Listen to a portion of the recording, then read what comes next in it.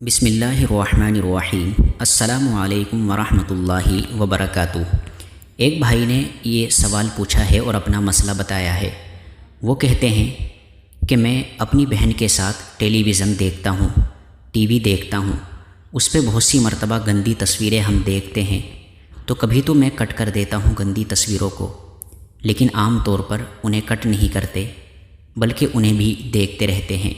اس کا نتیجہ یہ ہوا کہ بہت سی مرتبہ میں نے وہ گندی تصویریں دیکھ کے ٹیلی ویژن پہ اپنی بہن کے جسم کو ہاتھ لگایا، اور جب گھر میں کوئی نہ ہوا تو اس کے جسم کو مکمل طریقے سے چھوتا ہوں، یہاں تک کہ جوش و جذبات ابھر جاتے ہیں اور بہن بھی کچھ نہیں کہتی ہے۔ تو آخر حالانکہ میں زنا تو نہیں کرتا، تو کیا اس طریقے سے کرنا صحیح ہے؟ بہن کے ساتھ یہ حرکات ٹھیک ہیں یا غلط ہیں؟ آگے بڑھنے سے پہلے ویڈیو کو لائک کر دیں، چینل کو سبسکرائب کر دیں، آل نوٹیفیکیشن کو آن کر دیں۔ تو پیارے دوستو، بد نظری سے ہاتھی بھی پھسل جاتا ہے۔ جس شخص کو بد نظری کی عادت پڑ جائے وہ شرمگاہ کی حفاظت کبھی نہیں کر سکتا۔ شیطان عجیب اندازے سے دھوکہ دیتا ہے کہ تم صرف دیکھ تو رہے ہو، کچھ تو کیا نہیں، حالانکہ دیکھنا ہی تو کرنے کا مقدمہ بن جاتا ہے۔ ظاہر میں انسان جتنا بھی صاحب استقامت ہاتھی ہو، اگر بد نظری سے نہیں بچے گا تو ایک نہ ایک دن ضرور پھسل جائے گا۔ اب جس کے جی میں آئے وہی پائے روشنی، ہم نے تو دل جلا کے سرے عام رکھ دیا۔ بد نظری کے 3 بڑے نقصانات۔ نمبر 1، بد نظری سے انسان کے دل میں خیالی محبوب کا تصور پیدا ہو جاتا ہے۔ حسین چہرے اس کے دل و دماغ پر قبضہ کر لیتے ہیں۔ وہ شخص جانتا ہے کہ میں ان حسین شکلوں تک رسائی حاصل نہیں کر سکتا، مگر اس کے باوجود تنہائیوں میں ان کی تصویروں سے لطف اندوز ہوتا ہے۔ بعض مرتبہ تو گھنٹوں ان کے ساتھ خیال کی دنیا میں باتیں کرتا رہتا ہے۔ معاملہ اس حد تک بڑھ جاتا ہے، تم میرے پاس ہوتے ہو گویا جب کوئی دوسرا نہیں ہوتا۔ بد نظری کے ساتھ ہی شیطان انسان کے دل و دماغ پر سوار ہو جاتا ہے اور اس شخص سے شیطانی حرکتیں کروانے میں جلدی کرتا ہے۔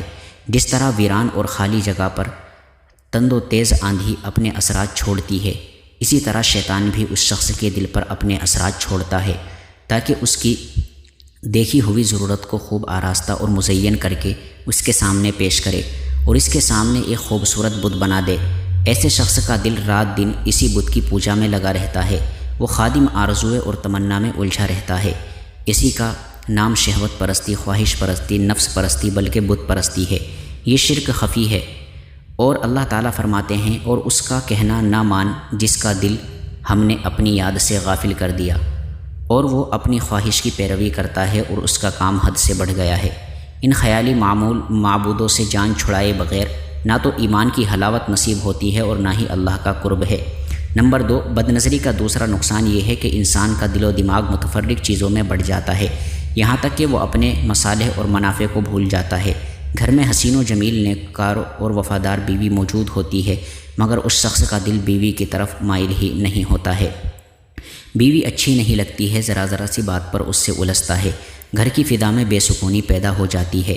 اور تیسری یہ کہ بد نظری کا تیسرا بڑا نقصان یہ ہے کہ دل حق و باطل، سنت و بدعت اور رائٹ رونگ، گڈ اور بیڈ کو سمجھنے میں، فرق کرنے میں الگ ہو جاتا ہے۔